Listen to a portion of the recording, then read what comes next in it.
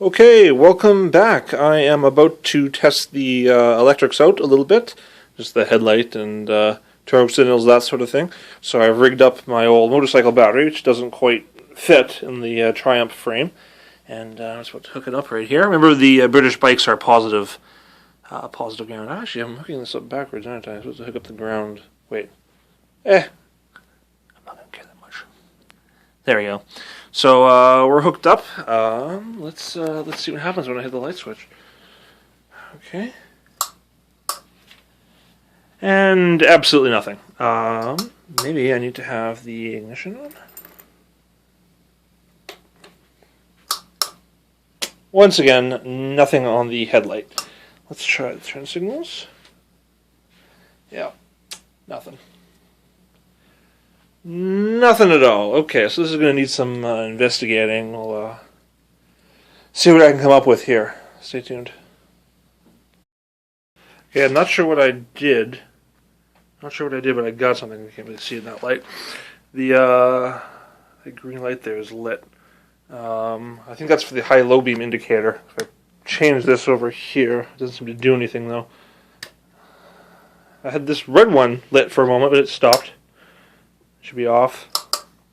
You can see it changes its color. So maybe some bulbs are just burnt out. It's a little bit dimmer and brighter depending on which position I put this in. None of my turn signals though are lighting up, despite changing that. Oh, horn makes a very sad sound. See if I got. Oh yeah, actually I have some. I should have checked this earlier. I got some light right back here. The tail light. I have it on the stop position right now. Let's turn that all the way on. Okay, let's see what happens if I hit the brake here. The rear brake.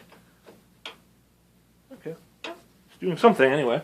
So it looks like the electrics at least partly work. The battery is pretty weak right now, so maybe giving that a better charge.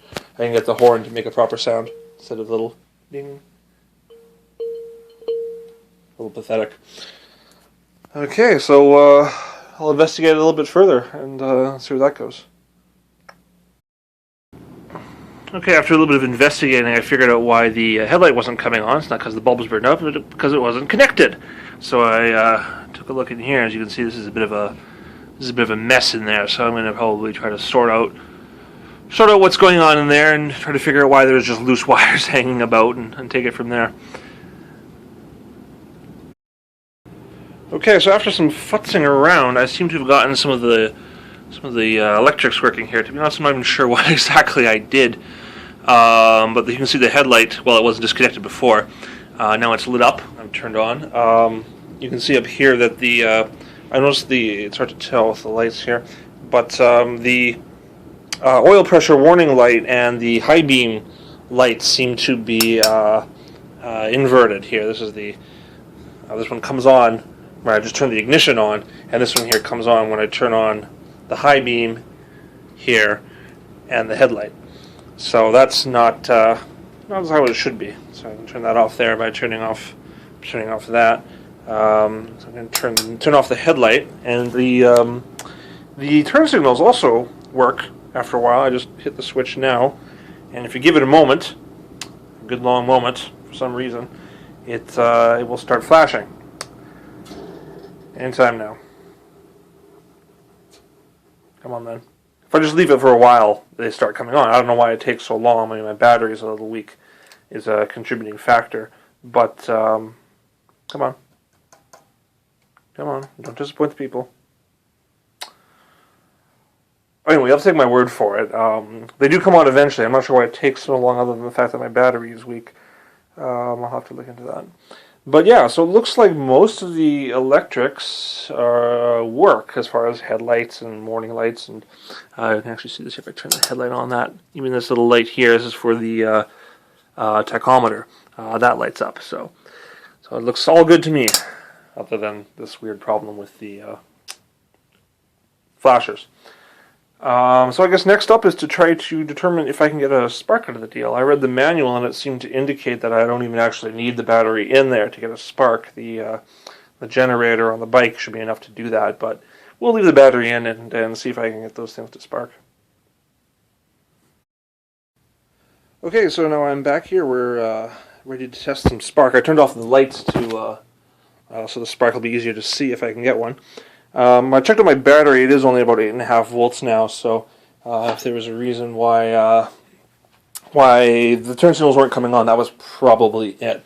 It just occurred to me I probably need to turn on the engine kill switch if I want to get a spark. I think, I'm not 100% certain, but I think when it's like this, we're good to go. So I'll put that on like that. I got this one spark plug here hooked up, ready to go. Get the old Kickstarter ready, and let's give this a whirl. Oh,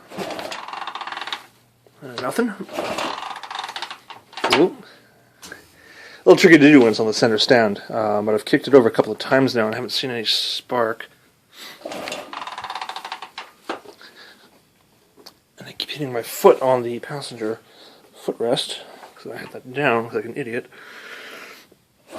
Nothing. Nothing on that spark. So I'm going to check the other one. The other one's a little tricky to check while I'm filming, so I'm going to do that on my own. Okay, so no spark on either side. I'm not entirely certain why it's not working. Well, there could be 100 of different reasons. I tried both sides. I tried with the kill switch in both positions. I had the ignition on, yes. But my battery is just too low. So I'm going to give the battery a proper charge and then maybe try that again. And we'll see. Maybe I'll do some other diagnostics about why it's not firing up. Okay, so I futzed around with the spark plugs, but I couldn't really get anywhere with those. So I moved on to just some miscellaneous other things, including the fuel tank. I took a look inside, and it's actually more rusted than I originally thought. So that's going to take some serious work or acid or something. But in preparation for that, I took a look at the petcocks, and they don't actually match. Here, this one is obviously very different from that one.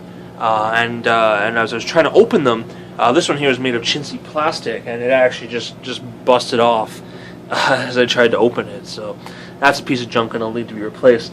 This one I think is original, and it was rusted up pretty good. I shot it with a bunch of WD-40, and at first I couldn't get it to go. I tried some pliers, and that didn't work. So a few taps of the hammer though loosened it up, and now it's working just fine. So I'll have to maybe get on ordering the new petcock, because that'll need to be done sooner rather than later if I'm going to be treating the tank and getting the bike running. So after that, I decided, the mystery's waited long enough. I decided I'd see why the chain case is open and take a look inside there. So I just gave it a really quick inspection. I haven't taken anything off or looked for the clutch plates or anything. But it seems good. You can see there's lots of there's good oil. There's not really any rust. This is just dirt here. This isn't rust. So yeah, it looks pretty good. There's some weird things though. I think this is the alternator cable here. You can see that's pretty frayed out there. I don't know if there's any connection at all. So maybe that's why I'm not getting any spark. If it's relying on the alternator to provide power for sparks, obviously that's not going to work. There's some weird things. This is a bit harder to see, but if you look back in here, there's this weird tube that doesn't really go anywhere. It looks like it's just spraying onto those gears back there, but I have no idea what that is or why. It might be aftermarket, actually. Maybe someone have installed it. And it seems they didn't do a very good job, because it's kind of routed underneath the final drive chain here, and I can feel it, and you can't really see it, but it's worn through by the chain, and it's just broken into sections. So I have no idea what they were thinking when they put that in, or what it's even for, actually. I don't know, was to spray oil in here or something? I don't know. I need to look in that further. And this here was loose when I opened it up. I don't know why. So I may have to take this bad boy off and see what's inside of it, and try to figure out if I'm missing any clutch plates or anything. But otherwise, it looks good. This chain is in good shape and everything else. So yeah, so my mystery not really solved, but I can at least stop losing sleep over it.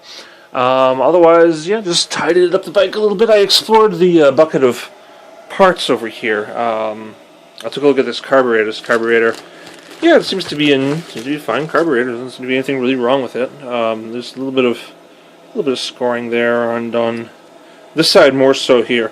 But I don't think that's, it doesn't really matter if there's scoring in that particular location, I don't think. And the slide goes up and down just fine. So I'll probably take it apart, take a look at it. There's the top here, this hole here. It looks like somebody plugged it up with some hot glue. I'm not sure why they did that. The other one doesn't have that. The other one just has an open hole. That might be for the choke.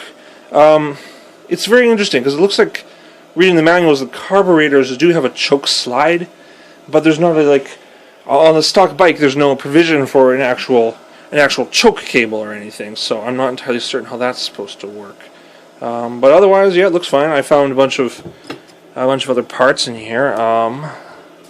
This is that's a float for the carburetor and two fuel screens. What else? This was a really interesting and confusing bag. That's a another throttle slide for a carburetor. And there's actually it's hard to see. Right there is a jet needle or whatever it's called. But then there's this big metal thing. I can't figure out what it is. It's made by Lucas, which indicates that it's probably electrical in nature, but I don't know. And not George Lucas. Don't get any ideas. I just do not know what it's for. And there's a few other things in there that are very interesting and confusing. So take a better look at that later. It's also very dirty in there, so I don't want to do that. I noticed that the speedometer here doesn't seem to have a trip meter on it, and I can't find it anywhere. So I was looking at the old one right here. This is actually the trip meter coming out the back. It's a very, very strange way of doing things, but it's kind of seized up. I can't get it to go. I also noticed that the one that's currently on the bike, the style doesn't really seem to match the tachometer. So I'm not sure what to do with that. Just leave him as is for now. Maybe put this guy back on. He seems to the fonts match better on this one, even though it's in much worse shape. So that's something to take a look at. I figured that these here are the highway pegs. I won't be putting those back on. Yeah, just a lot of miscellaneous stuff. These are throttle cables here. There's a clutch cable, I think. Just various stuff like that in there. Anything else worth talking about? A spare light bulb. I found a receipt from 1990. This is interesting. Canadian Motorcycle and Snowmobile. Importers, distributors, retail. Yeah, and apparently they sold someone some used ammo carburetor slide and needle. So that's probably what I was seeing in those bags. Or maybe they put that in the carburetor already, and the leftovers are in the bag. So I don't really know what's going on. It only cost them $12 though, so not exactly expensive. And 1990. I mean, it's not a lot of inflation since then. It's really miscellaneous, some bolts and seals and that sort of thing. So yeah, work progresses slowly, but progresses, I guess, if you can call that progress. A lot of work to do still. Alright, thanks for watching.